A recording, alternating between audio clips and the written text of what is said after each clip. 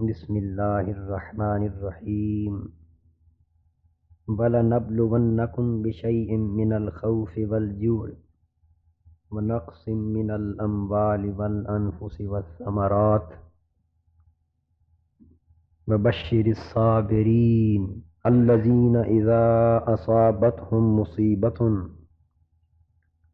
قَالُوا إِنَّا لِلَّهِ وَإِنَّا إِلَيْهِ رَاجِعُونَ أولئك عليهم صلوات من ربهم ورحمة وأولئك هم المهتدون صدق اللہ مولانا العظیم۔ معزز خواتین و حضرات، آج کے درس قرآن کا موضوع سورہ بقرہ کی آیت نمبر 156 اور 157 ہے۔ اس سے قبل ہم متصلاً پچھلے 2 درسوں میں حیات شہداء اور فلسفہ شہادت کے موضوع پر گفتگو کر رہے تھے۔ اس آیہ کریمہ میں باری تعالیٰ ارشاد فرماتے ہیں کہ اور ہم ضرور بالضرور تمہیں آزمائیں گے، اور ہم یقیناً تمہیں آزمائش میں مبتلا کریں گے۔ کس قسم کی آزمائش، کس نوعیت کا آزمانا؟ ارشاد فرمایا بشیء من الخوف والجوع، کبھی تمہیں خوف میں مبتلا کریں گے، کبھی بھوک، فقر، افلاس اور قحط کی مختلف صورتوں میں آزمائیں گے، کبھی مال و جان کا خسارہ تمہیں اس کا سامنا کرنا ہوگا، کبھی فوائد و ثمرات سے یا اپنی اولادوں سے ہاتھ دھونا ہوگا۔ الغرض مختلف صورتوں میں، مختلف کیفیتوں میں ہم یقیناً تمہیں آزمائیں گے۔ پس خوشخبری سنا دیں پیارے نبی صلی اللہ علیہ وآلہ وسلم ان صبر کرنے والوں کو جن کے صبر کا یہ عالم ہے کہ جب مذکورہ بالا مصیبتوں میں سے کوئی بھی مصیبت انہیں لاحق ہوتی ہے تو وہ پریشان نہیں ہوتے، شکوہ زباں پہ نہیں لاتے، بلکہ دل کی اتھاہ گہرائیوں سے پکار اٹھتے ہیں مصیبت کو دیکھ کر، مصیبت کے ورود کے موقع پر وہ یہ پکار اٹھتے ہیں کہ باری تعالیٰ ہم بھی تیرے ہیں اور ہم نے بھی تیری ہی طرف واپس جانا ہے۔ پس یہی وہ خوش نصیب لوگ ہیں جن پر ان کے رب کی طرف سے ان پر رحمتیں، برکتیں اور درود نازل کیا جاتا ہے، اور یہی وہ لوگ ہیں جو ہدایت پانے والے ہیں، یعنی اپنی زندگی کی جد و جہد میں کامیابیوں اور کامرانیوں سے ہمکنار ہونے والے ہیں۔ آغاز وَلَنَبْلُوَنَّكُمْ کے لفظ سے کیا جا رہا ہے۔ یہ لفظ امتحان اور آزمائش کے معنی میں استعمال ہوتا ہے۔ مدعا اس کا کسی شے کی پرکھ کرنا ہوتا ہے تاکہ کھرے کو اور کھوٹے کو جدا جدا کر دیا جائے۔ کسی کو ایسے امتحان میں مبتلا کرنا، کسی کو ایسی آزمائش میں ڈالنا، کسی کو ایسی صورت حال سے دوچار کرنا کہ جس کے ذریعے اس کا کھوٹا ہونا یا کھرا ہونا نکھر کر سامنے آ جائے، اس کو ابتلا کہتے ہیں۔ سورہ ملک میں ارشاد فرمایا گیا الذی خلق الموت والحیات لیبلوکم ایکم احسن عملا، وہ غفور، وہ رب، وہ رحیم، وہ مالک، وہ ہستی ہے جس نے موت اور زندگی کو پیدا کیا، اس لیے پیدا کیا تاکہ وہ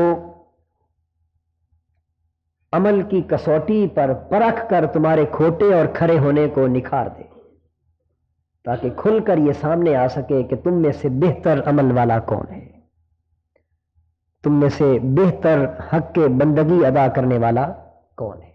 تو لیبلوکم، تاکہ تمہیں پرکھا جا سکے، تاکہ آزمائش کی کسوٹی پر تمہیں نکھار کر واضح کیا جا سکے کہ تم کہاں واقع۔ تو یہاں بھی بات یوں ہی شروع کی کہ ہم ضرور بالضرور آزمائیں گے تم کو، اور یہ خطاب اہل ایمان سے ہو رہا ہے، غیر مسلموں سے، کافروں سے، مشرکوں سے نہیں، کیونکہ اس سے اوپر بھی بیان یا ایھا الذین آمنوا استعینوا بالصبر والصلاۃ کا تھا۔ تو یہ خطاب اہل ایمان سے ہے، گویا حضور صلی اللہ تعالی علیہ وآلہ وسلم کے ذریعے باری تعالیٰ نے اپنی اس مبارک عادت کا ذکر فرمایا کہ ہمارا یہ طریقہ ہے کہ ہم ایمان والوں کی پرکھ کیا کرتے ہیں، ہم مومنوں کو آزمایا کرتے ہیں، انہیں امتحان میں مبتلا کیا کرتے ہیں۔ حضور علیہ الصلوۃ والسلام سے صحابہ سوال کرتے ہیں، یا رسول اللہ صلی اللہ تعالی علیہ وآلہ وسلم، ای العباد اشد بلاء، آقا جب یہ حق ہے کہ آزمائش اہل ایمان کی بہر صورت ہو کے رہتی ہے، جب اہل ایمان کی آزمائش، اہل ایمان کا ابتلا اور اہل ایمان کو طرح طرح کی مصیبتوں میں مبتلا کر کے ان کی پرکھ کرنا جب یہ حق ہے، تو آقا فرمائیے کہ اللہ کے بندوں میں سے سب سے زیادہ سخت، کڑی اور مشکل آزمائش کس کی ہوتی ہے؟ حضور نے فرمایا الانبیاء، سب سے زیادہ سخت اور کڑی آزمائش انبیاء کی ہوتی ہے۔ آقا انبیاء کے بعد کن کی ہوتی ہے؟ فرمایا جو سیرت اور کردار کے لحاظ سے ان کے زیادہ قریب ہوتے ہیں، جو ان سے زیادہ ملتے جلتے ہوتے ہیں، یعنی جو لوگ جس قدر ان کے نقش قدم پر چلتے ہیں، جس قدر ان کے قرب کا دم بھرتے ہیں، جس قدر ان کی پیروی اور اتباع کرتے ہیں، یعنی جس قدر ان کا ایمان کامل سے کامل تر ہوتا چلا جاتا ہے، تو ان کی آزمائشیں، ان کے امتحان سخت سے سخت تر ہوتے چلے جاتے ہیں۔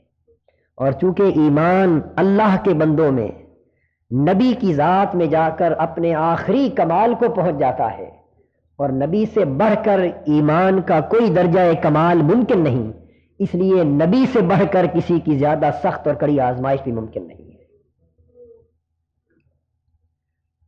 لہذا اگر ذہن میں یہ خیال آئے ہماری آزمائش کیوں، تو جواب اس کا ہو چکا کہ جب اللہ کے نبی بھی آزمائش سے مبرہ نہیں ہیں، تو پھر کسی اور کو اس انداز سے سوچنے کا کیا حق؟ اس لیے قرآن نے گویا قسم کھا کر کہا کہ وَلَنَبْلُوَنَّكُمْ، اس میں 3 قسم کی تاکیدیں ہیں ایک لفظ میں۔ ایک لفظ میں کتنی تاکیدیں ہیں؟ 3 قسم کی تاکیدیں ہیں ایک ہی لفظ میں۔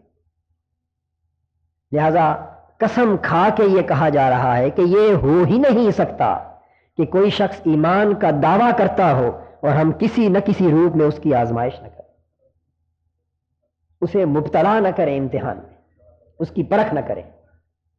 تو یہاں ایک بات 2 ٹوک انداز کے ساتھ بیان کر دی گئی۔ اب سوال یہ پیدا ہوتا ہے کہ وہ امتحان، وہ آزمائش کس کس حال میں ہوتی؟ قرآن حکیم نے اس کی وضاحت کر دی، فرمایا بشیء من الخوف والجوع۔ اب بشیء کا لفظ اس امر کی طرف اشارہ کر رہا ہے کہ ضروری نہیں کہ ہر ایک کی آزمائش یکساں ہو۔ یہاں ایک بات تو قابل ذکر یہ ہے کہ ہر کسی کی آزمائش اس کے ایمان کے درجے کے مطابق ہوتی۔ ایمان جتنا قوی ہوگا آزمائش اتنی سخت ہوگی۔ کیوں؟ ایمان کا تصور ہی ہم نے نہیں سمجھا۔ ایمان کا معنی یہ ہے، یہ اس بات کا اقرار کرنا کہ اے باری تعالیٰ ہم تیرے ہو گئے۔ ایمان کا معنی کیا ہے؟ یہ شہادت گہے الفت میں قدم رکھنا ہے۔ لوگ آسان سمجھتے ہیں مسلمان ہونا، یعنی ہم نے ایمان کا معنی ہی نہیں سمجھا۔ ایمان کا آغاز توحید و رسالت کے اقرار و تصدیق سے ہوتا ہے۔ تو ایمان کا حرف اول ہے لا الہ الا اللہ، کوئی معبود نہیں ہے سوائے اللہ، یعنی کسی کے سامنے ہماری جبین نیاز جھک نہیں سکتی، کسی کو ہم متصرف حقیقی تصور نہیں کر سکتے، کسی کو ہم نفع اور نقصان کا مالک تصور نہیں کر سکتے۔ کسی کو ہم دنیا اور آخرت کا مالک اور کسی کو منتہائے مقصود تصور نہیں کرتے۔ لا الہ، پرستش کے لائق، عبادت کے لائق، بندگی کے لائق صرف اور صرف ایک ہی ہستی ہے اور وہ اللہ کی ہے۔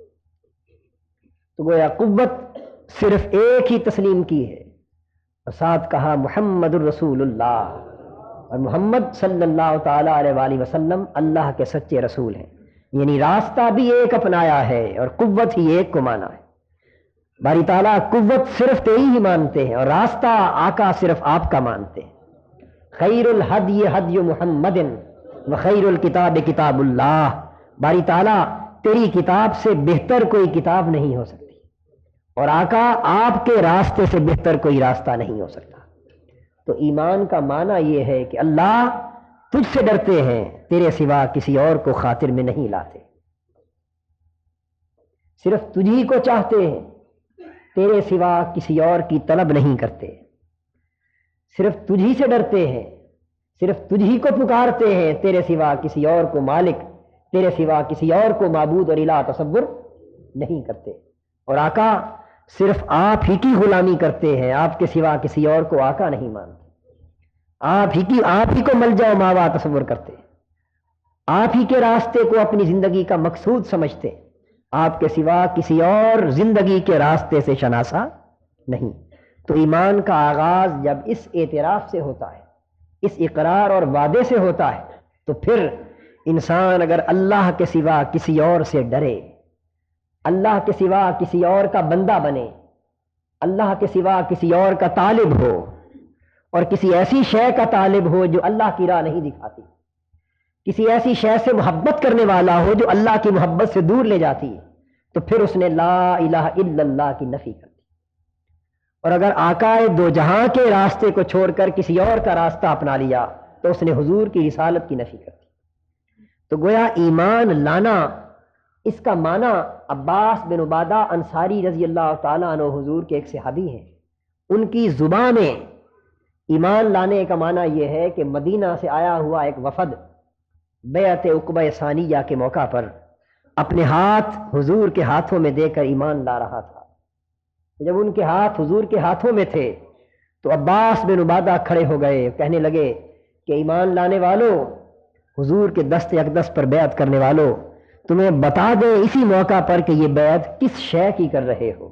انکم تبایعونہ علی حرب الاحمر والاسود من الناس، حضور کے ہاتھ میں ہاتھ دے کر بیعت کرنا اور مسلمان ہونا اس بات کا اقرار ہے کہ تم دنیا کے ہر سرخ اور سفید ناخدا کے ساتھ اعلان جنگ کر رہے ہو، گویا میدان کارزار میں اتر آنے کا اعلان کر رہے ہو۔ اگر اللہ کو اللہ مان کر بھی تم باطل اور طاغوتی طاقتوں سے ٹکرا نہیں جاتے، اگر اس کو رب مان کر بھی تم ہر باطل قوت سے بے خطر نہیں ہو جاتے، اگر اس کو اپنا مالک مان کر بھی تمہیں دنیا سے بے نیازی میسر نہیں آتی، تو پھر تم نے اللہ کو ایک نہیں مانا، اللہ کو ایک نہیں مانا، اور حضور کی غلامی کا دعویٰ کر کے بھی تم پھر کسی اور راستے پر گامزن ہو تو پھر تم نے حضور کو رسول نہیں مانا۔ یعنی ہم لوگ توحید اور شرک کی بحثیں تو بہت کرتے ہیں، توحید اور شرک پر جھگڑے تو بہت کرتے ہیں، لیکن اپنے گریبانوں میں جھانک کر نہیں دیکھتے کہ کہاں تک ہمارے اندر توحید ایک زندہ قوت رچی ہے، کہاں تک ہماری زندگی شرک سے پاک ہے۔ ہر کے رمزے لا الہ فہمیدہ است، شرک را در خوف مزمر دیدہ است۔ جو شخص لا الہ الا اللہ کے راز کو پا جاتا ہے، اسے سمجھ آ جاتی ہے کہ شرک اور کسی چیز کا نام نہیں سوائے اس کے کہ اللہ کے سوا کسی اور سے ڈرا جائے۔ کوئی شخص عمر بھر توحید کے نعرے بلند کرتا پھرے، کوئی شخص ساری زندگی شرک کے بتوں کو پاش پاش کرنے کے ذام میں مبتلا رہے، لیکن وہ اللہ کے سوا اگر کسی اور سے ڈرتا ہے تو اس سے بڑا مشرک کوئی تصور نہیں کیا جاتا۔ توحید اسی چیز کا نام ہے کہ جو تمہیں خدا کے سوا ہر خوف سے بے نیاز کر دے۔ اگر اللہ کے سوا دنیا کی باطل طاغوتی طاقتوں سے تمہارا خوف ختم نہیں ہوا تو تم کروڑ بار کلمے پڑھتے رہو، تم ابھی شرک میں مبتلا ہو، تم ابھی شرک میں مبتلا ہو۔ کبھی تم کسی کے مال و دولت کے خوف سے لرزاں ہو جاتے ہو، کبھی کسی کے جاہ و منصب کے خوف سے لرزاں ہو جاتے ہو، کبھی تم برادریوں کی تہمتوں کے خوف سے لرزاں ہو جاتے ہو، کبھی تم اعزاء اقارب کے طعنوں سے خوف زدہ ہو جاتے ہو، کبھی تم معاشرے اور سماج کے رسم و رواج سے خوف زدہ ہو جاتے ہو، قرآن بھی سنتے ہو، حضور کی سنت کا بیان بھی سنتے ہو، لمحہ بھر کے لیے دل پہ رکت بھی ہوتی ہے، سر دھنتے بھی ہو، رقصاں بھی ہوتے ہو، لیکن واپس جب اپنی عملی زندگی کے ماحول میں جاتے ہو تو سوچ کا رخ پھر یہی ہوتا ہے، اگر یہ کر دیا تو برادری کیا کہے گی، اگر یہ کر دیا تو سماج کیا کہے گا، اگر یہ کر دیا تو رشتہ دار کیا کہیں گے، اگر یہ کر دیا تو دوست احباب کیا کہیں گے۔ حیف ہے تمہارے کلمہ پڑھنے پر، حیف ہے تمہارا قرآن سننے پر، حیف ہے تمہارے سنت رسول کا بیان سننے پر کہ اگر یہ سب کچھ سن کر بھی تمہارا دل ان باطل خوفوں سے بے نیاز نہیں ہوا تو پھر سمجھ لو کہ ابھی تمہیں شرک کی آلودگیوں سے نجات نہیں ملی۔ یہ شرک ہے، جس میں عملی زندگی ملوث ہے، یہی شرک ہے۔ کوئی مسلمان اللہ کے سوا کسی اور کو معبود نہیں سمجھتا، کوئی مکتب فکر، کوئی مسلک، کوئی طبقہ۔ میں اپنے علم، اپنے مشاہدے، اپنی سوجھ بوجھ اور اپنی واقفیت کی بنا پر خدا کے گھر میں برملا عرض کر رہا ہوں، کوئی شخص، کوئی مسلک، کوئی عقیدہ اللہ کے سوا نہ کسی اور کو عبادت کے لائق جانتا ہے، کوئی مسلک اللہ کے سوا نہ کسی اور کو نفع اور نقصان کا مالک سمجھتا ہے۔ کسی سے نفع پہنچنا اور کسی سے نقصان کا پہنچنا اور بات ہے، اور نفع اور نقصان کا مالک ہونا اور بات ہے۔ آپ پانی پیتے ہیں، آپ کی پیاس بجھ جاتی ہے تو پانی نے نفع پہنچایا یا نہ پہنچایا؟ میں نقطہ سمجھا دوں آپ کو تاکہ غلط فہمی کا ازالہ ہو جائے۔ پانی اگر آپ پیاسے کی پیاس بجھا دے تو پانی نے نفع پہنچایا یا نہ پہنچایا؟ سانپ ڈسے اور بندہ مر جائے تو سانپ نے نقصان پہنچایا یا نہ پہنچایا؟ ارے نفع اور نقصان جہاں تک پہنچانے کا تعلق ہے وہ تو بے جانوں کے ہاتھوں بھی پہنچ جاتا ہے، وہ تو بے جان بھی پہنچا دیتے ہیں۔ لاٹھی سے سر پھٹ گیا تو لاٹھی نے نقصان پہنچایا یا نہ پہنچایا؟ کسی پیسے والے نے غریب کی مدد کر دی تو اس نے نفع پہنچایا یا نہ پہنچایا؟ معالج نے کسی مریض کی شفا یابی کا سامان فراہم کر دیا تو اس کے ہاتھوں سے نفع پہنچا یا نہ پہنچا؟ جہاں تک نفع پہنچنے کا تعلق ہے وہ تو لاٹھیوں سے بھی پہنچ رہا ہے، وہ تو نوالجین کی ایک گولی سے بھی پہنچ جاتا ہے، وہ تو امیر کی دولت سے بھی پہنچتا ہے۔ جہاں تک نقصان پہنچنے کا تعلق ہے وہ بھی ہر شے سے پہنچتا ہے۔ اگر غیر جاندار چیزیں نفع اور نقصان پہنچاتی ہیں تو پھر انسان سے کیوں نہیں پہنچتا؟ اور اگر ہر انسان کسی کے لیے نفع اور کسی کے لیے نقصان کا سبب ہو سکتا ہے تو پھر اعلیٰ انسان کیوں نہیں ہو سکتے؟ وہ لوگ کیوں نہیں ہو سکتے جن پر انسانیت خود فخر کرتی ہے، جو انسانیت کے لیے خود فخر اور افتخار کا باعث ہیں؟ اور پھر وہ نفع اور نقصان کا باعث کیوں نہیں ہو سکتے جن کو اللہ نے دنیا اور آخرت کی ساری نعمتوں کا امین بنایا ہے؟ تو جہاں تک کسی سے نفع پہنچنے کا تعلق ہے یہ اور بات ہے، نقصان پہنچنے کا تعلق ہے یہ اور بات ہے۔ اس سے قطعاً توحید متاثر نہیں ہوتی۔ شرک تب ہوگا اگر کوئی کسی کو نفع کا مالک سمجھنے لگے، کوئی کسی کو نقصان کا مالک سمجھنے لگے تو پھر شرک ہوگا۔ اور میں آپ کو برملا بتاتا ہوں کہ مسلمانوں کا کوئی مکتب فکر نفع اور نقصان میں اللہ کے سوا کسی کو مالک تصور نہیں کرتا، خواہ جناب رسالت مآب صلی اللہ علیہ وسلم ہی کی ذات پاک کیوں نہ ہو۔ ساری کائنات حضور سے نفع پا رہی ہے، انما انا قاسم واللہ یوتی، ساری کائنات میں نعمتیں اور رحمتیں میں تقسیم کرتا ہوں اور عطا مجھ کو اللہ کرتا ہے۔ ارے جو ساری کائنات میں نعمتیں بانٹتا ہے اس سے بڑھ کر دنیا کو نفع پہنچانے کی صورت اور کیا ہوگی؟ نفع ساری کائنات کو در مصطفیٰ سے پہنچ رہا ہے، لیکن اس کے باوجود اسلام یہ کہتا ہے کہ اس نفع کا مالک اللہ ہے، اللہ کا رسول نہیں۔ رسول تو اس نفع کا سبب ہے، رسول تو ان بخششوں کا باعث ہے، رسول تو نعمتوں کا ذریعہ ہے۔ تو میں عرض یہ کر رہا تھا کہ کوئی شخص شرک نہیں کرتا، ان معانی میں کوئی شرک نہیں کرتا۔ یہ میں نے ایک مثال دے دی۔ اس طرح اگر آپ بیسیوں پہلو لیتے چلے جائیں اور تجزیہ کریں تو آپ اس نتیجے پر پہنچیں گے، بشرطے کہ تجزیہ غیر جانبدارانہ ہو، تجزیہ بغیر تعصب کے ہو، تو آپ اس نتیجے پر پہنچیں گے کہ اس امت کا کوئی فرد مشرک نہیں ہو سکتا اس معنی۔ لیکن بہت سے لوگ شرک میں مبتلا بھی ہیں۔ کون سا شرک؟ وہ یہی شرک ہے کہ مانتے سب اللہ کو ایک ہیں لیکن ڈرتے اللہ کے سوا ہر کسی سے ہیں۔ شرک کو رد کرنے والا بھی اللہ کے سوا ہر ایک سے ڈرتا پھرتا ہے۔ توحید کا پرچار کرنے والا بھی اللہ کے سوا ہر ایک کا مفاد کا بندہ بنا پھرتا ہے. اسی کا نام تو شرک ہے. یہ نقطہ توحید ہے جسے نہ تو سمجھا نہ میں سمجھا.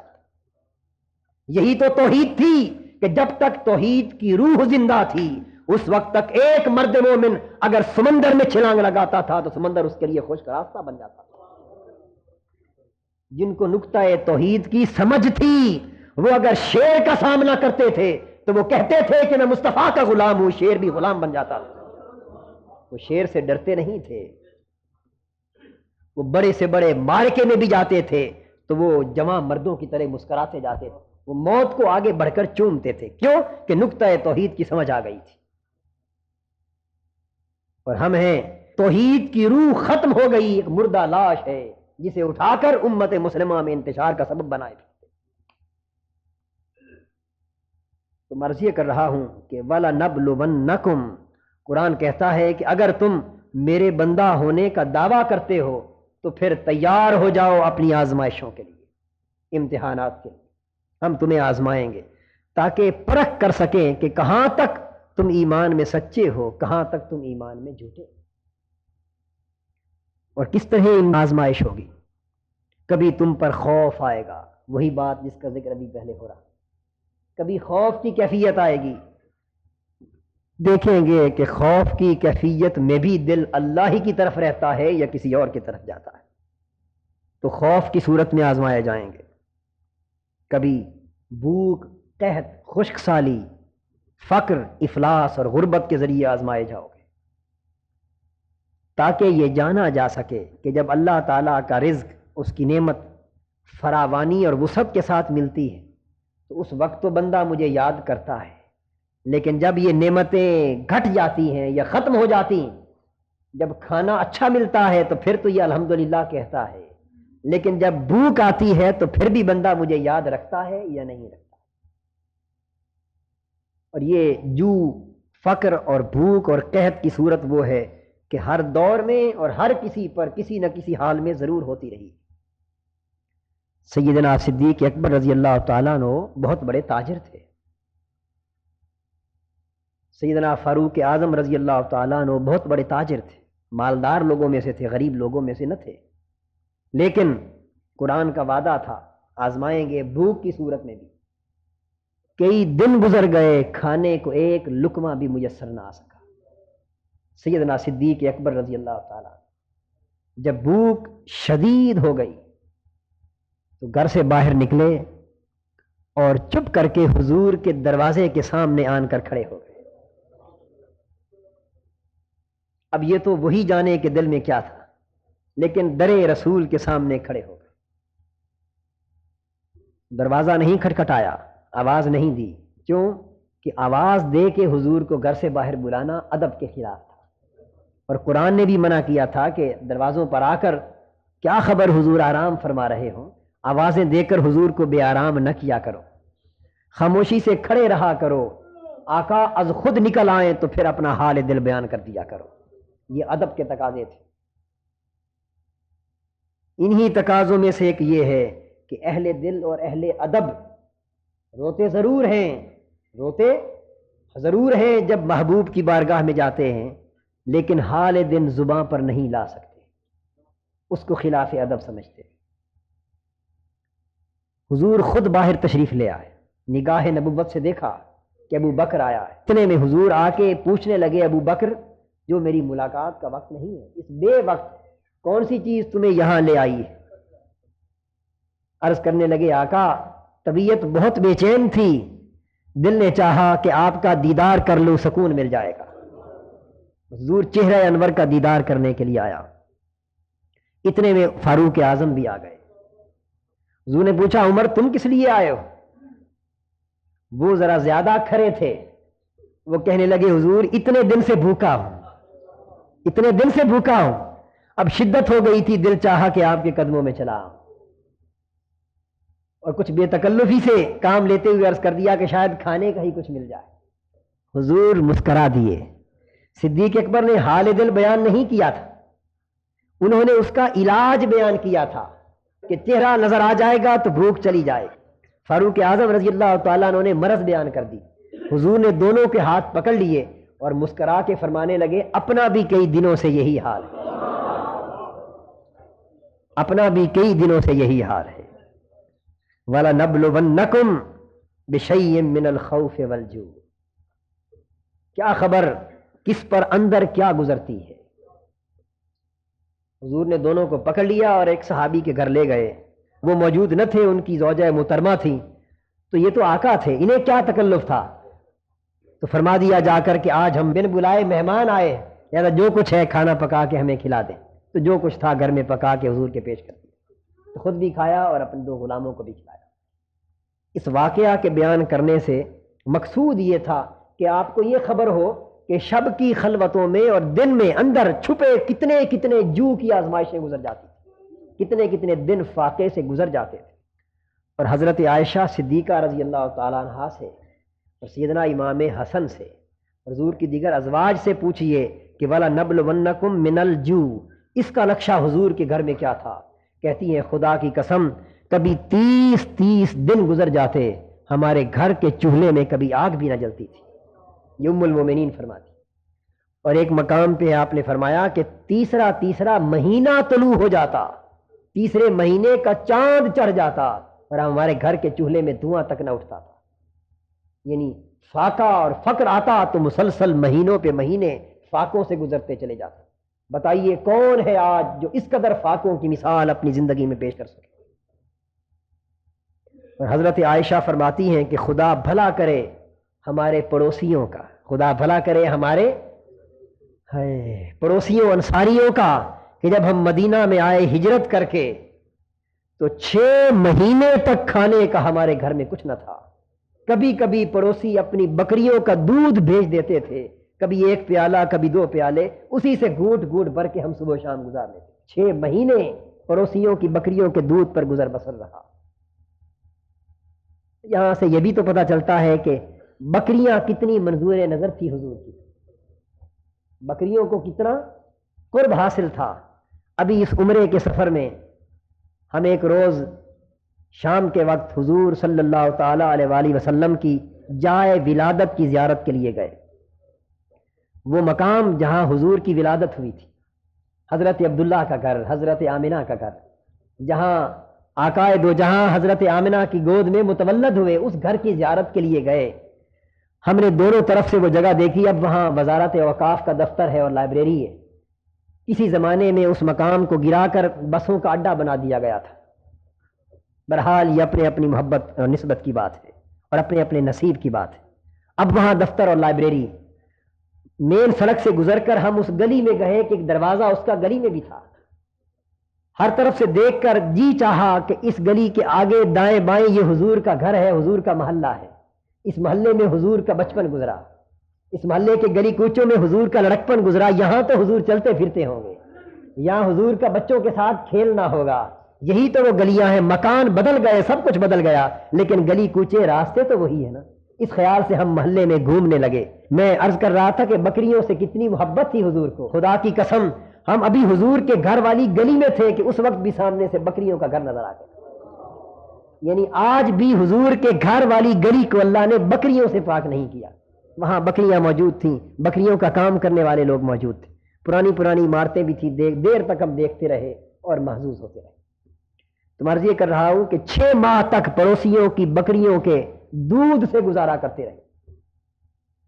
بات چونکہ عمرے کے سفر کی ہو گئی، یہ امانت آپ تک پہنچا دوں کہ میں نے حرمین شریفین میں اور جگہ جگہ درس قرآن کے شرکاء کا نام لے لے کر 12 دعائیں کی ہیں۔ یہ میرے اوپر فرض تھا جو میں نے ادا کیا۔ آپ لوگوں نے کہا نہیں تھا لیکن کہنے کی ضرورت بھی نہیں تھی، تو میں نے درس قرآن کے شرکاء کو ہمیشہ ہر جگہ یاد رکھا۔ شاید اسی لالچ سے یاد رکھا ہوگا کہ آپ سب مجھ سے بہتر ہیں، ممکن ہے آپ کا ذکر کروں تو آپ کے صدقے سے اس گنہگار کی حاضری بھی قبول ہو جائے۔ تو فرمایا کہ ہم تمہیں آزمائیں گے، کبھی خوف میں مبتلا کر دیں گے، کبھی بھوک اور فقر اور غربت اور افلاس میں مبتلا کر دیں گے، بنقص من الاموال، کبھی مال و دولت لٹ جائے گا، ساری کمائی غارت چلی جائے گی، محنت کرو گے، مشقت کرو گے، جو کچھ تم سے ہو سکتا ہے وہ کرو گے، لیکن جب پھل نکلنے کا وقت آئے گا تو تم دنگ رہ جاؤ گے کہ سارے کیے کو ملیا میٹ کر دیا گیا. وَنَقْسٍ مِّنَ الْأَمْوَالِ وَالْأَنفُسِ وَالثَّمَرَاتِ. تو کبھی مال کمائی بھی غارت جائے گی، کبھی گھاٹا پڑ جائے گا، کبھی سب کچھ لٹ جائے گا. یہ صورت بھی آزمائش کی ہوگی. کبھی جانیں تلف ہو جائیں گی، کبھی اولادوں سے محروم کر دیے جاؤ گے. یہ بھی آزمائش کی صورتیں. حضور صلی اللہ تعالی علیہ وآلہ وسلم فرماتے کہ جب بندے کی اولاد مر جاتی، بندے کا بیٹا، جوان بیٹا یا چھوٹا بیٹا یا اس کی بیٹی، وَنَقْسٍ مِّنَ الثَّمَرَاتِ کا مظاہرہ ہوتا ہے، اولاد اس کی مر جاتی تو فرشتے روح قبض کرنے والے اللہ کی بارگاہ میں جاتے ہیں تو باری تعالیٰ سوال کرتے ہیں، بتاؤ تم نے کیا کیا میرے بندے کے ساتھ؟ فرشتے جواب دیتے ہیں، باری تعالیٰ تیرے بندے کی اولاد کو مار ڈالا. اللہ تعالیٰ نے پوچھتے ہیں کہ اس کا بیٹا مار کے آئے ہو؟ ہاں. اس کا پھل لوٹ کے آئے ہو؟ ہاں باری تعالیٰ ایسا کر کے آئے. اب مجھے بتاؤ پھر میرا بندہ کیا کہتا تھا؟ بتاؤ میرا بندہ کیا کہتا تھا؟ یعنی جب مصیبت آتی ہے تو مصیبت کو دیکھ کر گھبرایا نہ کرو کہ عین اس وقت اللہ زیادہ متوجہ ہوتا ہے. توجہات مرتکز ہو جاتی ہے کہ اب اس گھڑی میرے بندے کا رد عمل کیا ہے، اب بندہ کیا کرتا ہے، کیا کہتا ہے. تو دوران مصیبت بندے کا ایک ایک لفظ، بندے کا ایک ایک عمل اللہ کی بارگاہ میں زیادہ نمایاں ہو جاتا ہے. باری تعالیٰ پوچھتے ہیں فرشتوں سے، بتاؤ جب تم نے میرے بندے کا بیٹا مار ڈالا، اس کی روح قبض کر دی، اس کا پھل لوٹ لیا، تو پھر میرے بندے نے کیا کہا؟ فرشتے جواب دیتے ہیں، باری تعالیٰ تیرے بندے نے پھر بھی تیرا شکر کیا، تیرے بندے نے پھر بھی تیری حمد کی، تیری تعریف کی، پھر بھی تیری تعریف کی، وہ تجھ پہ راضی تھا. باری تعالیٰ فرماتے ہیں اگر یہ بات حق ہے تو ابنو لہو بیتن فی الجنہ وسموہ لہو بیت الحمد. اگر میرا بندہ پھر بھی میری تعریف کر رہا تھا تو جاؤ ابھی جنت میں اس کے لیے محل تیار کر دو، جاؤ ابھی جنت میں اس کے لیے محل تیار کر دو اور اس کے محل کا نام بیت الحمد رکھو. یعنی یہ صلہ ہے میرے اس بندے کی تعریف کا جو اس نے پھل لٹوا کر بھی میری کی، یہ اس تعریف کا صلہ ہے. تو کبھی اس طرح بندے کی آزمائش ہوتی ہے، کبھی اس طرح آزمائش ہوتی ہے، لیکن بالآخر ارشاد فرمایا کہ جو لوگ ان ساری آزمائشوں پر پورا اترتے، ان ساری آزمائشوں پر ثابت قدم رہتے، ان کو الصابرین کا لقب دیا گیا. وہ لوگ صابر ہیں. صبر عربی زبان میں روکنے کو کہتے ہیں. کسے کہتے ہیں؟ روکنے کو. اور روکنے سے مراد ہے کہ دل کا اور زبان کا شکوہ کرنے سے روک لینا، اسے صبر کہتے ہیں. کہ دل اور زبان شکوہ کرنے سے رک جائے تو اسی کیفیت کو صبر کہتے ہیں. بے شک آنسو کیوں نہ گر جائیں، آنسو روکنا ہی صبر نہیں ہے. عین ممکن ہے کہ بندہ رو بھی رہا ہو لیکن زبان اور دل شکوے سے پاک ہو اور پھر آنسو گرے تو ممکن ہے وہ آنسو بھی شکر کے آنسو ہو، ممکن ہے وہ آنسو بھی شکر کے آنسو. تو دل اور زبان کا شکوے سے رک جانا اس کو صبر کہتے ہیں. اور حضرت یعقوب علیہ السلام اپنے بیٹے حضرت یوسف علیہ السلام کے گم ہو جانے پر عمر بھر روتے رہے، لیکن قرآن نے ان کو بے صبر نہیں کہا، پھر بھی کہا انا وجدناہ صابرن. کہ یعقوب روتا تو تھا لیکن اس کے باوجود ہم نے اس کے دل کو صابر پایا اور نعم العبد کا لقب دیا کہ یعقوب کتنا اچھا بندہ تھا ہمارا کہ ایک لمحے بھر کے لیے بھی اس کے دل پر شکوہ نہ آیا. رو رو کر بینائی جاتی رہی، اتنا روئے کہ بینائی جاتی رہی، لیکن قرآن اس کو صابر کہتا ہے. تو اس سے صبر کا یہ معنی متعین ہو گیا کہ رونا صبر کے خلاف نہیں ہے، رونا صبر کے خلاف نہیں ہے. شکوہ زباں پہ لانا یا دل پہ لانا یہ صبر کے خلاف ہے. تو صابر وہ ہے جو سب کچھ لٹا دیتے ہیں لیکن دل پر شکوہ نہیں آتا، جو سب کچھ لٹا دیتے ہیں لیکن پیشانی پہ شکن نہیں آتی، زباں پہ شکوہ نہیں آتا، وہ صابر ہیں. اور قرآن کہتا ہے کہ ان صبر کرنے والوں کو خوشخبری سنا دو، ان کو خوشخبری سنا دو. اب خوشخبری کس شے کی؟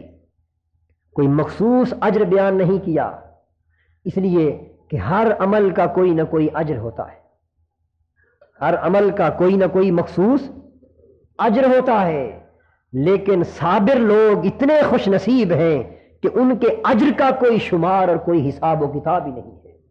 فرمایا انما یوفی الصابرون اجرہم بغیر حساب، ہر کسی کو اجر ایک حساب سے ملتا ہے، لیکن جو لوگ صابر ہیں ان کو اللہ تعالیٰ بغیر حساب اور کتاب کے اجر عطا کرتا ہے، اور اجر بھی صرف عطا نہیں کرتا بلکہ اجر کا حق ادا کر دیتا ہے۔ انما یوفی الصابرون، اتنا اجر دیتا ہے کہ اجر اپنے کمال کو پہنچ جاتا ہے، اجر پورا کر دیتا ہے، یعنی پورا کا پورا اجر عطا کر دیتا ہے، اور پھر اتنا دیتا ہے کہ اس کا نہ کوئی حساب و کتاب ہے نہ کوئی شمار و احساب۔ تو صبر کرنے والوں کو اللہ اتنا اجر عطا کرتا ہے کہ اس کا کوئی شمار نہیں ہے، اور پھر وہ اجر ایک رخ کا نہیں ہوتا۔ وہ لوگ جو مال لٹا کر، جان تلف کروا کر، مال و تجارت میں نقصان کھا کر، خوف و ہراس میں خوش رہ کر، بھوک اور فقر و افلاس کی حالت میں خوش رہ کر، جو لوگ ہر حال میں صابر ہوتے ہیں اور اللہ کا شکوہ نہیں کرتے اور اس پر راضی رہتے ہیں، تو ان کے لیے حضور نے فرمایا کہ یہ صبر کرنا بے حد و حساب اجر تو دیتا ہی ہے، لیکن اسی انداز سے بے حد و حساب گناہ بھی بخشوا دیتا ہے، اس سے گناہ بھی معاف ہوتے۔ فرمایا کفر بہ من سیئاتہ، صبر کرنے سے انسان کے گناہ جن کے عذاب کا اسے خطرہ تھا ان گناہوں سے بھی نجات مل جاتی، اللہ تعالیٰ گناہ بھی مٹا دیتا ہے۔ کس عمل سے؟ کوئی نفل نہیں پڑے، ابھی روزہ بھی نہیں رکھ، صرف مصیبت آئی ہے، دکھ ہے، پریشانی ہے، لیکن دل اللہ پہ راضی ہے، دل اللہ پر خوش ہے، دل شکوے سے پاک ہے، تو صبر کی کیفیت اتنی بڑی غنیمت ہے کہ اس سے انسان گناہوں سے بھی نجات پا جاتا ہے۔ حضور صلی اللہ تعالی علیہ وآلہ وسلم نے صابروں کے لیے بشارت کا ذکر کرتے ہوئے پھر ان کی تعریف بیان کی قرآن کے لفظوں میں کہ یہ صابر کون ہے؟ اذا اصابتہم مصیبت، یہ صابر وہ لوگ ہیں کہ جب کوئی مصیبت انہیں آتی، کوئی رنج انہیں آتا ہے، کوئی دکھ اور کوئی ملال انہیں آتا ہے، جب کوئی مصیبت آتی تو یہ خوشی سے قبول کرتے اور عرض کرتے ہیں قالوا انا للہ، اگر ہمارا مال لٹ گیا تو کیا ہوا باری تعالیٰ، وہ تیرا تھا، تیرے پاس چلا گیا، ہم بھی تیرے ہیں، ہم بھی تیرے پاس چلے جائیں۔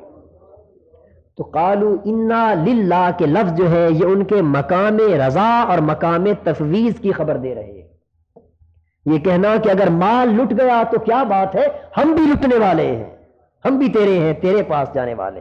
تو گویا قالوا انا للہ، کہتا تو ہر کوئی ہے زبان سے انا للہ، ہر کوئی کہتا ہے، لیکن یہ اتنا بڑا کلمہ ہے کہ اگر یہ زبان سے ادا ہو جائے تو پھر زندگی بھر شکوے کا کوئی حق باقی نہیں رہتا۔ انا للہ کا معنی یہ ہے کہ اپنی ساری ملکیت کی نفی کر دینا کہ باری تعالیٰ ہم خود تیرے ملک ہیں، ہم خود تیرے ملک ہیں، اور ہمارا سارا مال بھی تیرا ملک ہے، ہماری اولاد بھی تیری ملک ہے، ہماری ہر شے تیری۔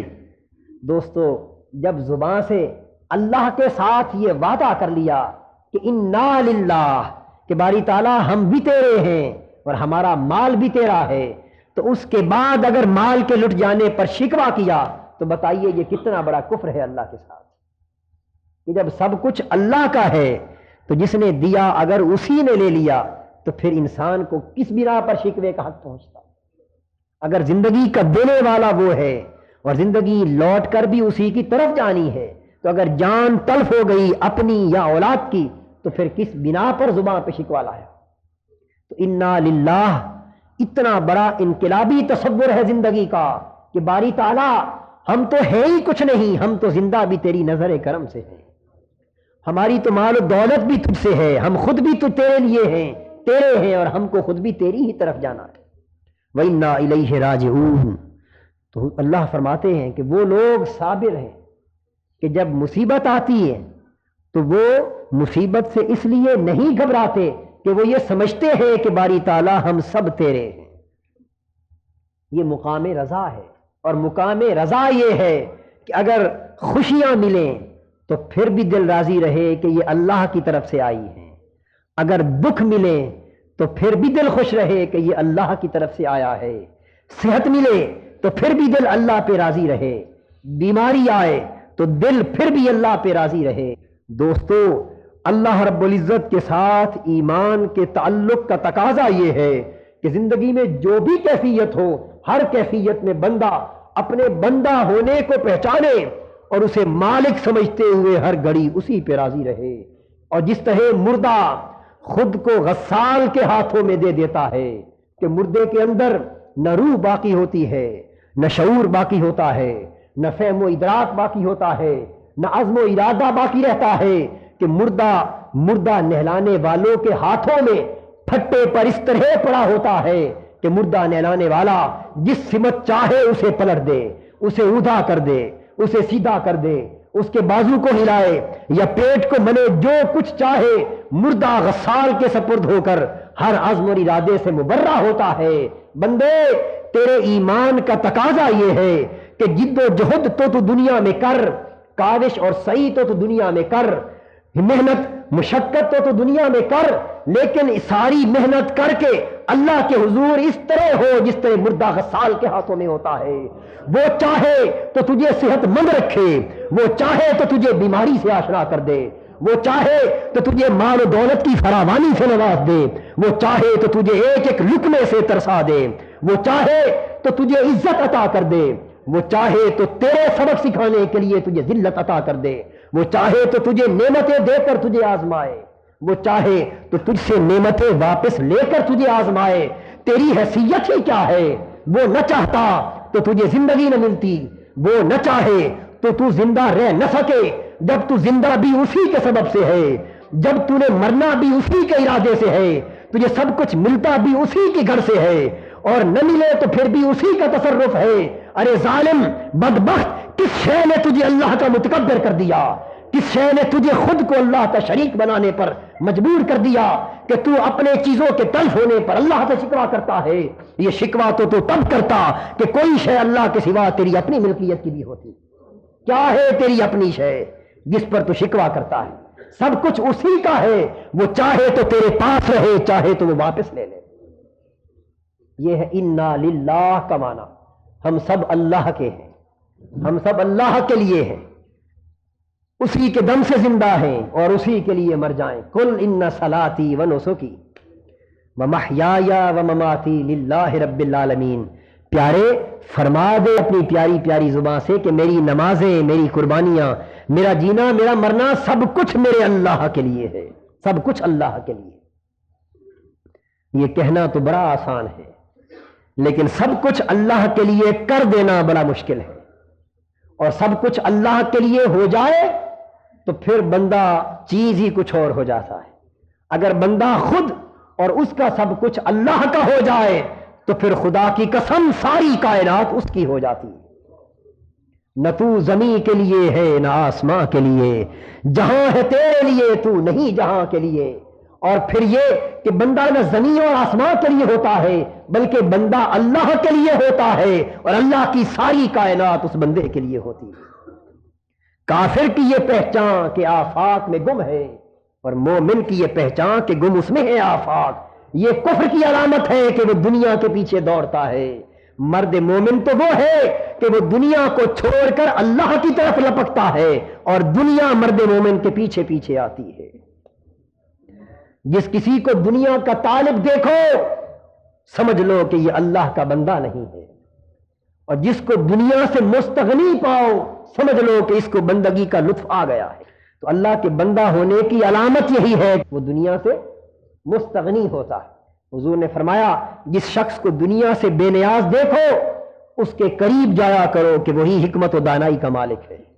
حضور نے فرمایا جو لوگ اس طرح صابر ہیں ان کو خوشخبری سنا دو۔ کیا خوشخبری؟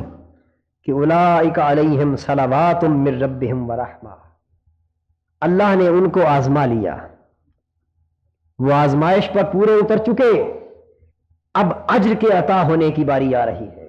انہوں نے اپنا کام پورا کر دیا، اب اللہ کی طرف سے ان پر درودوں کی بارش ہوگی۔ بتا دیجئے کہ جو لوگ آزمائش کی کڑی منزلوں پر صبر کے ساتھ ثابت قدم رہے، اب اللہ کی بارگاہ سے انہیں کیا عطا ہوگا؟ علیہم صلوات من ربہم، ان پر اب اللہ کی طرف سے درودوں کی بارش ہوگی، اللہ کی طرف سے ان پر برکتوں کی بارش ہوگی، نعمتوں کی بارش ہوگی۔ کتنا عجیب لفظ ہے صلوات، یعنی بارش ہوگی اللہ کی رحمتوں اور برکتوں کی، اور ایسی بارش ہوگی کہ پھر ان کا جسم خود کنڈل ہو جائے گا، جو کوئی ان کے جسم سے مس ہوگا وہ بھی کیمیا ہو جائے، ان پر رحمتوں برکتوں کی بارش ہوگی۔ وَأُولَٰئِكَ هُمُ الْمُهْتَدُونَ، اور یہی وہ لوگ ہیں جو ہدایت پانے والے، انہی کو دنیا اور آخرت میں منزل کامیابی کے ساتھ ملنے والی۔ تو دنیا اور آخرت کی کامیابی انہی اللہ کے بندوں کے لیے ہے جو خود کو اللہ کے لیے وقف کر دیتے ہیں، جو ہر حال میں اللہ پہ خوش رہنا سیکھ لیتے، جو اللہ کا بندہ اس طرح بن کے رہتے ہیں کہ کچھ ملے یا نہ ملے ان کے دل کے لیے یکساں ہے، وہ ہر حال میں اپنے رب پر راضی اور خوش رہتے۔ ایسے لوگوں کو باری تعالیٰ موت سے بھی بے نیاز کر دیتا ہے کہ پھر موت بھی ان کے وجودوں کو مٹا نہیں سکتی۔ موت ان پر آتی ہے لیکن قیامت کے دن تک وہ ایک ایک شخص کے دلوں میں زندہ رہتے۔ موت آتی ہے لیکن وہ موت بھی حیات ابدی کا پیغام بن کے آتی۔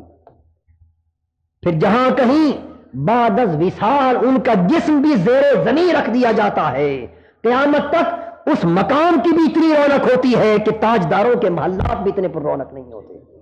کیوں؟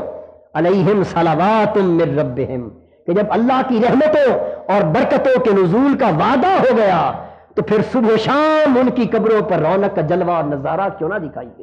یہ جو کشاں خلق خدا ان فقیروں کے دروازوں پر، ان مردان درویش، ان اللہ کے کامل بندوں کے مزاروں پر کشاں مخلوق جاتی ہے، کوئی قرآن پڑھ رہا ہے، کوئی فاتحہ پڑھ رہا ہے، کوئی اللہ کی عبادت نوافل پڑھ رہا ہے، کوئی ان کے توسل سے دعا کر رہا ہے، یہ اتنے آباد ان کی قبریں دکھائی دیتے ہیں کہ زندہ تاجداروں اور بادشاہوں کے محلات بھی اتنے آباد نہیں ہوتے۔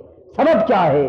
سبب یہ ہے کہ انہوں نے جب سب کچھ اللہ کے لیے لٹا دیا تو اللہ نے ساری کائنات میں سب سے بڑھ کر انہی کو رونق کر دیا، ان کو آباد کر دیا۔ اس لیے قیامت تک صلوات من ربہم کا وعدہ اور رحمہ کا وعدہ یہ ہے کہ ان کے در پھر ہر گھڑی آباد اور شاداب رہیں گے۔ وَأُولَٰئِكَ هُمُ الْمُهْتَدُونَ، اور ہدایت انہی کے پاس ہوگی۔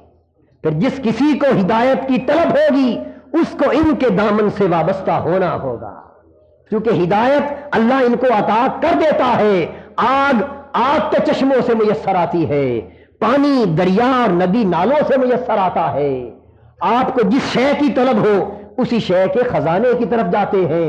ارے ہدایت کی طلب ہو تو ہدایت کے خزانوں کی طرف جایا کرو، اور ہدایت کے خزانے وہ ہیں جن کو اللہ نے یہ کہہ دیا کہ اولئک هم المهتدون، یہ اللہ کی ہدایت کے خزانے ہو گئے۔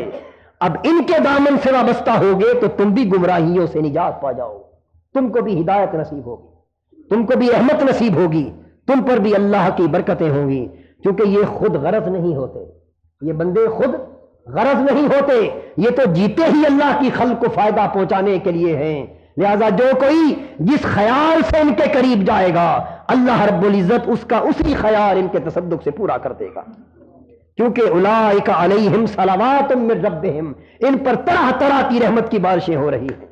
لہذا کوئی مرض، کوئی تکلیف، کوئی دکھ، کوئی الجھن اور کوئی پریشانی ایسی نہیں جس کا مداوع اور جس کا حل ان کے دربار میں میسر نہ آئے، کیونکہ علیہم صلوات من ربہم، ہر قسم کی رحمت کا نزول انہی پر ہو رہا ہے، ہر قسم کا فضل و کرم انہی پر امڑ کر آ رہا ہے، یہاں کسی شے کی کمی باقی نہیں رہی، کیونکہ انہوں نے سب کچھ اللہ کا کر دیا، اللہ نے سب کچھ ان کے حوالے کر دیا۔ وہ ذات اپنے بندوں کی بندگی کا اس قدر حیا کرتی ہے۔ باری تعالی ہم کو قرآن پاک کا فہم عطا کرے اور اس حقیقی اور صحیح زندگی کے راستے پر چلنے کی توفیق مرحمت فرمائے۔